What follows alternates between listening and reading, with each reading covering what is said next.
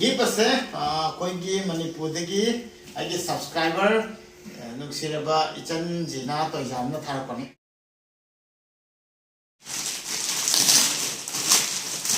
या जब चार नहीं दान दे आई ना दिखंगब आई जेके सिने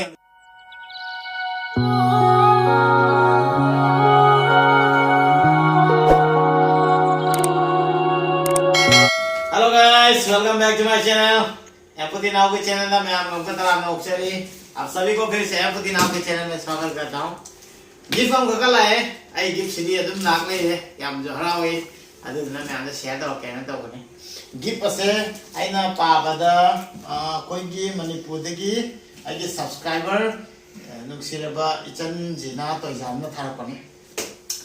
मणिपुर से मेरे लिए एक पार्सल है जो कि मेरा सब्सक्राइबर है, मेरा एक सिस्टर है जिसने मुझे गिफ्ट भेजा है। उसका नाम है जीना तोइजा। तो इचन सिस्टर जीना का गिफ्ट मैं अभी खोलूंगा और क्या है इसमें सब आपको दिखाएंगे। हाबदे हांगनी अदुगा करी यावी करी थाले न मैं आंदे लोय शेयर तवे को मैं आंदे एक्साइटेड अरमनी मो अदि हम हरावे ये सब्सक्राइबर ना समायना एकदम गिफ्ट से पिरक पजे हाबदे खंगे माव तो हरावे हम हरावे है का हाइपम मंगे अदुना ये अनबॉक्सिंग तौनबा इस शिवानंदन का नंबर हो रहा है। बहुत अच्छा लगता है गिफ्ट जब मिलता है तो मुझे, और मैं आप लोग को खोल के बता नहीं सकता कि कितना अच्छा लगता है मुझे गिफ्ट जब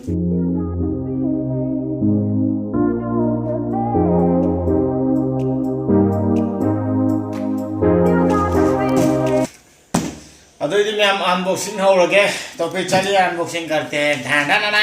हो रहा है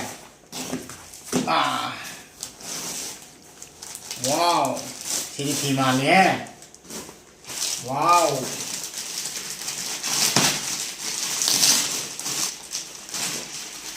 पीर सावीर पीर वाओ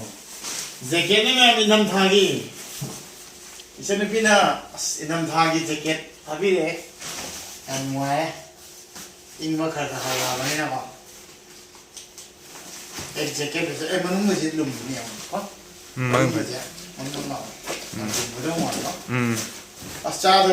रली रही है कोई चल बस सब चाव का तो मार है नंग ये है रो को हमारे तो इसी का ना चप चाय ये चप चाय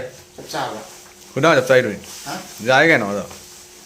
मैं अब चाव पिट का तुम हाई भी रो पेज पे पसीना आ रहा है क्या हो चुका या जब चार नहीं दान दे आई ना दिखंगब आई जेके सिने ने योप पका मारे हो साइज में क्या ना फिर ये बस एक्सेल नहीं एक्स्ट्रा लार्ज नहीं जब चाय रो तो चाय बा हां ओके याम भजै आई याम कोई दिल पे यार बग लाओ याम सागन में मी है को याम इनका गाना से ना याम भजै सर थैंक यू। बहुत ही अच्छा लगा मुझे, बहुत सुंदर लगा और परफेक्ट फिट हो गया मेरे साथ। मुझे तो थोड़ा बड़ा हो जाएगा मैंने सोचा था, मुझे तो वैसा ही लग रहा था है कि नहीं शिवा? लेकिन शिवा ने बोला कि बहुत ही बढ़िया है आपके साइज का। तो गिफ्ट यहाँ पे रहा। थैंक यू सो मच इचन याम हरावे दादा सुमाई नुसिने लुन तो बिरका सुमाइना जेकेट हम पीपी रखो से थैंक यू। अदु गाते के लिए करना चाहिए ना हां दो खंगने के दूरी मिमीरा बानना मिमी की बॉक्स मिमी की नहीं तो मिमी मक्की है तो डिमांड है मिमी की सारे खंग मनवा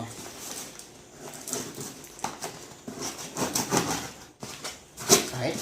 आई ओए बिस्किट बाप रे शुगर फ्री बिस्किट आई डायबिटीज सुपाई ने शुगर फ्री बिस्कुट पिए जैसा मेरा शुगर नहीं है मेरे सिस्टर, आपने क्यों मुझे शुगर फ्री बिस्कुट दिया है? तेरी मम्मा को बाबा चाय आने को एक ग्लास फ्री है मॉम आस बिस्कुट भेज दी मोना हम दिए बने ना तो है खाना को आस यामी है ऐसा कुछ भी चीज़ों को शुगर फ्री रखती है हमें आलू भुजिया अदगी सिकायो पंजाबी तड़के इमान याम हरावनी सन नंगी गिफ्ट गाइसिदी मसिसिंग गिफ्ट ममागा बाबागा याम हरावनी ये सब चीज से मम्मी देखेंगे तो बहुत खुश हो जाएगा क्योंकि मम्मी ये सब बहुत पसंद करता है और मेरा भाई भी गुगू जो थबक तौ ना तो मिक्सचर से अपन दिखा दे पैकेट से बाना यांखै बिबो मतलब तो थबक तौ रोशिन जी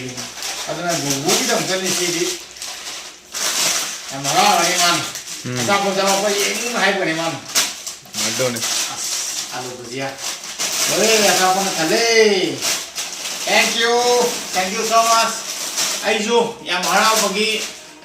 एवरी पोचे लापदे शेयर तौदो सुंगमदेबो अदुना आइगे फैमिली निनाको आई सब्सक्राइबर में आमदे शेयर तौजरपने अदुना याम सिंपल ने आई वीडियो से मैं आमदे कई कई नो अनबॉक्सिंग तौजे इतोंदो तो मिनो जे नुवाइ दबैना अदुना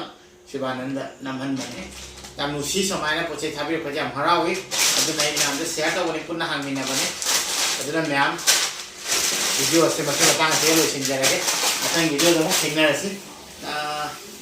मुझे मतलब खुद अकेला अनबॉक्सिंग करने में अच्छा नहीं आता है, मज़ा नहीं लगता है, तो आप लोगों के साथ अनबॉक्सिंग कर लिया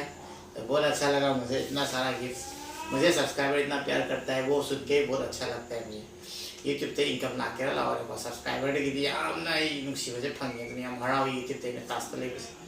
अदुना आई जुमे आपकी खलग वीडियो से एकदम हपकलक ना होना बनी नत्रगति तंदने तुम लेरमनी वीडियो हाफम मोरको तो मथन वीडियो देखो थेंगनासी नाम मदोई अदु बाय बाय लौजरगे नेक्स्ट वीडियो में मिलते हैं तब तक के लिए बाय बाय। मैं love you stay safe bye bye.